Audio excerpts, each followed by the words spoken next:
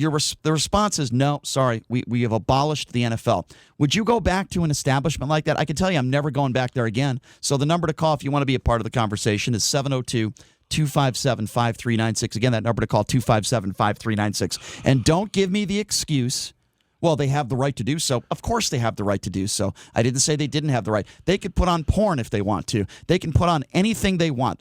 I'm not sure they could put on porn, Brian. Well, if they wanted to put on WNBA games on a loop 24/7, they could do that. They could definitely do that. I agree with that. But so I don't want that excuse. But what I'm trying to say is this. What would you say to a sports bar owner when you're asking to put NFL football games on and they refuse to do so? Would you have a problem with that? Do you have a problem with that? Do you think it's ridiculous like I do? I think it's insane. Or do you have the attitude of, oh, you know what? No problem. Next time we can just go somewhere else.